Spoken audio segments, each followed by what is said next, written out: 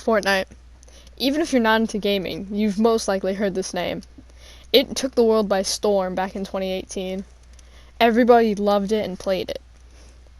But now if you check any of Fortnite's Twitter posts, there's only hate comments.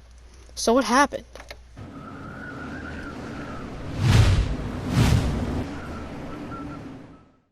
That is the question I seek out to answer today.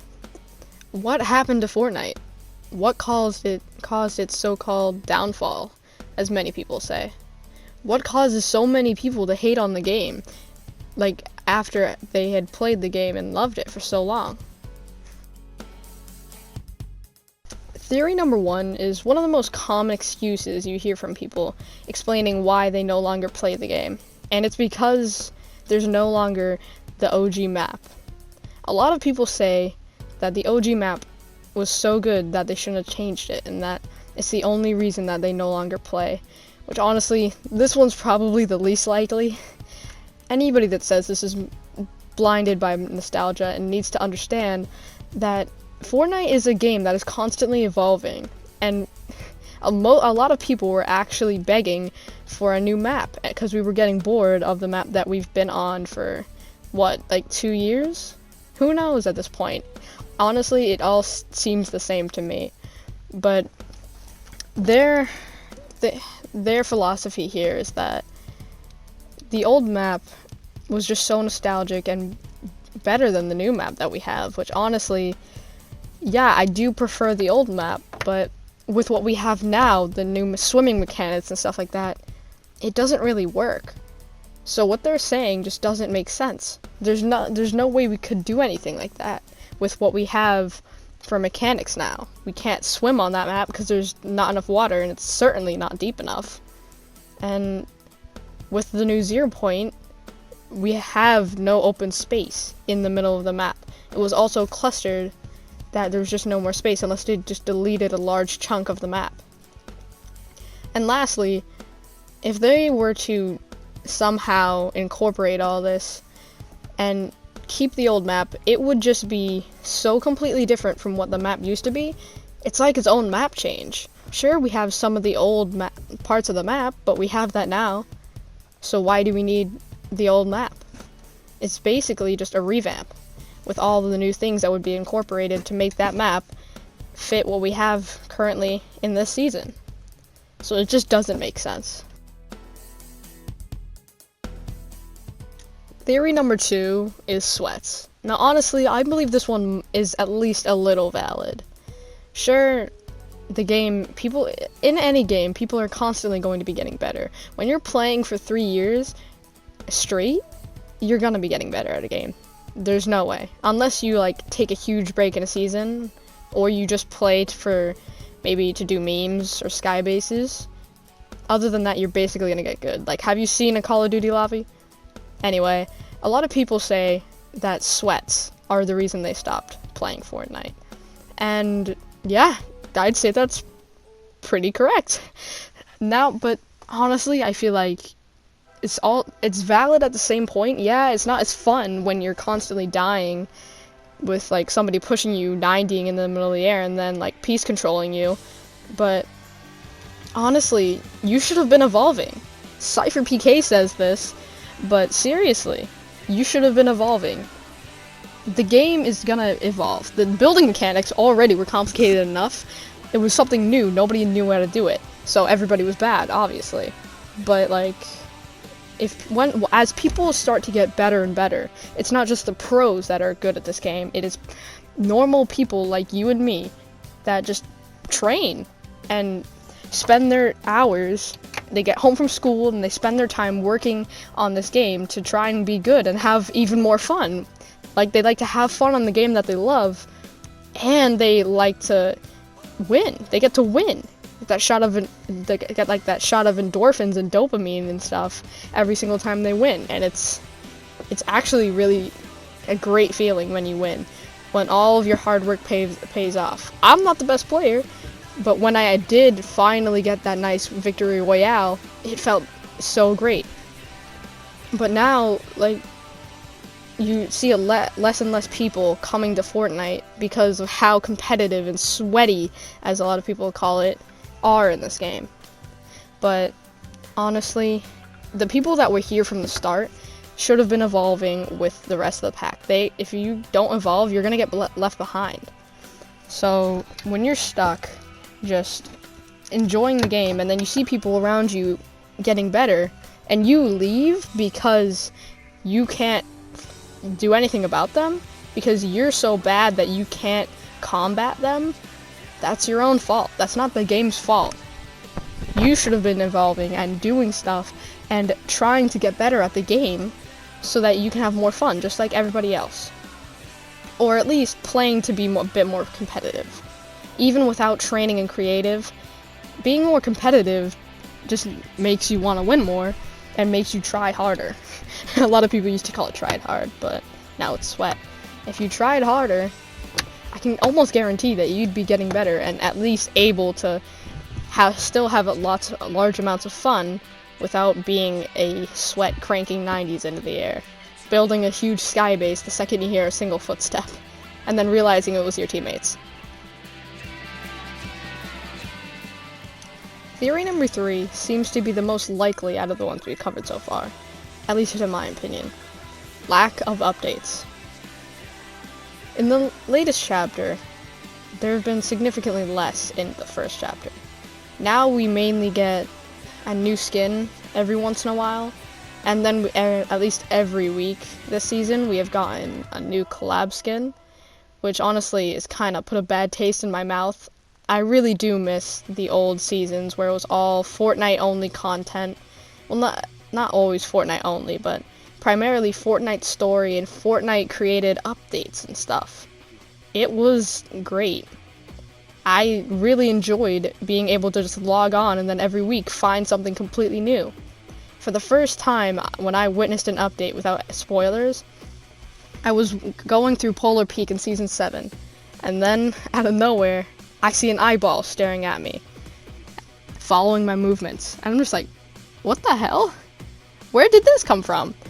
And it was insane. The best feeling ever. I loved it. I loved Fortnite, and I played it a lot, especially in Season 7. I loved the planes too, even though they were kind of destructive. But honestly, this one seems to be the most true, in my opinion. A lot of people say otherwise, but honestly, I really do think the lack of updates, or at least lack of Fortnite content and story, is really hurting them. If you ask a bunch of people what their favorite season in Chapter 2 was, I bet a lot of them would say either Season 2 or Season 3. What does Season 2 and Season 3 have in common? And how do they stand out to the other seasons of Chapter 2? Chapter 2 Season 1 was much like Chapter 1 Season 1. Back then there was a very small amount of updates. Mainly patches and removing certain weapons, Zapatron, but other than that, it was pretty void of content. Rightfully so for a game that had just come out of development. But Chapter 2 Season 1 basically mirrored it. Very small updates, and we had a brand new, fresh map to take a new start in. And there were new bots, so every lobby was filled with bots. Mainly because all the sweats had left, because they didn't like the map change. Most people had left because they didn't like the map change. So, yeah, it was basically Season 1. The only update we got were patches, of course, and the side grading on upgrade benches. Other than that, we got almost nothing. Maybe like 1 or 2 skins. It was pretty void of content, that's to say. Now, we're going to skip over Chapter 2 Season 2 and Chapter 2 Season 3, because those are the ones we are trying to contrast to the other seasons. Season 4 was about Marvel. It was a Marvel-based battle pass, Marvel-based map. There were plenty of updates, but the updates were mainly about the collab and how the Fortnite island was changing to accommodate the Fortnite skins in the battle pass and the Fortnite people that had been transferred over from Marvel and stuff. And yeah, And the live event was about Galactus trying to steal our 0 point for its immense power, which makes sense because he likes to devour power, and with how much it is, it would make sense that he'd try to come for it. But that's all the season was. No Fortnite related stuff, it was all Marvel. And there weren't that many updates. There were still a decent amount, but not much really. Just small map changes that barely affected anything. And then there was like the mythic bosses, which were kind of fun for a little bit. And other than that, I think it was a very boring season, but a lot of people liked it, and I can understand why. Seeing some of your favorite characters from the Marvelverse in a game that you love, it's pretty exciting. Chapter 2 Season 5 was not very kind with Fortnite updates. Honestly, I don't really like this season. Sure, we actually got a battle pass that was original Fortnite content, but the whole season is about Jonesy trying to bring the different hunters from different universes, different games, different movies, different series over to Fortnite so that he can stop us people playing from escaping the loop. Which is basically Epic Games' way of covering up this season only being about collabs. We had 0 Fortnite story except for like today. I'm recording this on Sunday, 2 days before the release of Chapter 2 Season 6. And they just released a teaser for John Jones getting his access denied to something that he wanted. And then we had a little bit of story with the Fox people on the Fortnite Twitter account, which honestly went nowhere, and I genuinely think that they might have, like, I don't genuinely think it, but there's a good chance they actually were hacked. But since it was a crew skin, I bet it was just to add hype to the new crew skin. But other than that, there was literally no story updates. It was all just adding in collabs and adding in lots of skins, an insane amount of skins actually. So what made Chapter 2 Season 2 and Chapter 2 Season 3 so different from the rest of these seasons? You probably have guessed it by now, and it is Fortnite fresh content and consistent updates. Chapter 2 Season 2 was revolutionary. You started seeing lots of OG players coming back, and there was this large amount of new content. We had Midas and actual story that was showing, and it was not that hard to find like it was in Chapter 2 Season 1 with that war that they kind of just dropped out of nowhere. And then we have the whole agents, and there was introduction of mythics and the introduction of lots of new things, like the whole booth where you change your clothes and stuff. And then the only collab we had was Deadpool, and it was dope. I don't care what you say, it was amazing. Even though he did cause the game to crash a little bit. Well, not crash, but you couldn't get him on like PS4 and stuff, so that sucked. Now moving on to Chapter 2 Season 3. What was different about this one? How was it alike to Chapter 2 Season 2? Basically all the same stuff. Consistent Fortnite-only updates. Yeah, it did have Aquaman, and they did clickbait us a bit with the cars and the fish Aquaman was riding, but other than that, it was a pretty solid season. They also did clickbait us with, what's it called, Atlantis, because why not? And adding the Atlantean fish stick. Thank you. We all needed that so much, Epic. We needed it in our lives yesterday. And they decided it was the best idea they've ever had. Add in the Atlantean fish stick. Clickbait everybody. But it was filled with consistent updates. The map drained every week, and then eventually we did get cars. It was really great, actually. I got a lot of my friends back into playing in Chapter 2 Season 2 and in Chapter 2 Season 3. So is that it? Is the answer just lack of Fortnite updates and content like we had been used to for almost like 2.5 years, maybe? Honestly, not really. I don't think so. although it is very likely, this next theory is probably the most out of all that we'll be covering.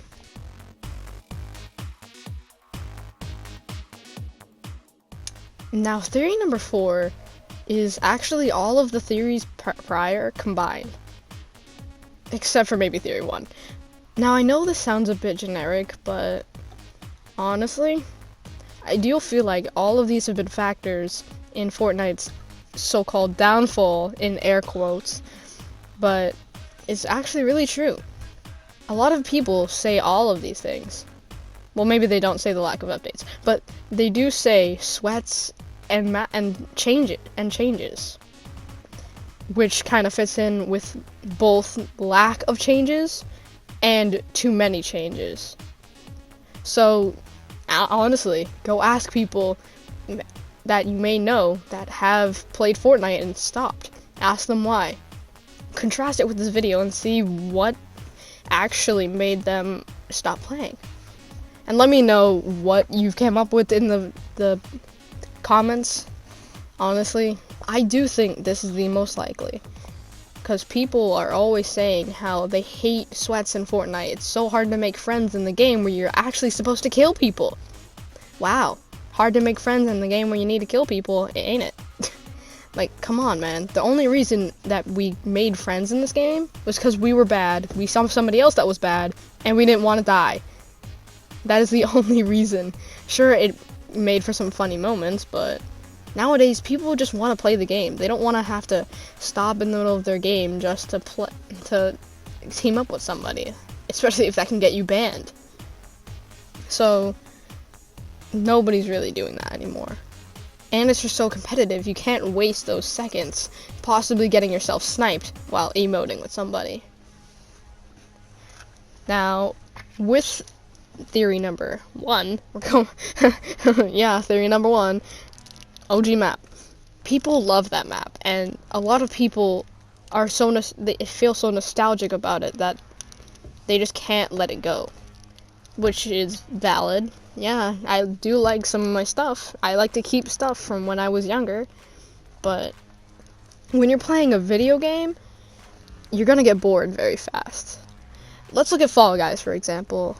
Fall Guys was huge, hit the world by storm, just like how Fortnite did.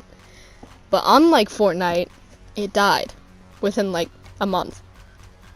They did not update the game whatsoever, didn't update it at all.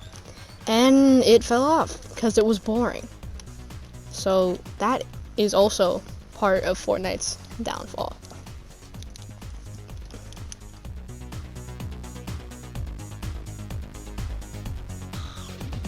Conclusion. Theory number 4 seems to be the most likely. Although, theory number 3 did seem a little compelling. Or maybe it was theory number 1. Maybe theory number 1 should win. Definitely not. But I do believe that it is a combination of everything. Without knowing it, I believe a lot of people do miss the changes. But no doubt a lot of people definitely miss the old map. And don't like sweats. Definitely don't like sweats. Get good, kid. But seriously, this is, I believe, the problem with Fortnite. But that's just a theory, not a game theory. Thanks for watching.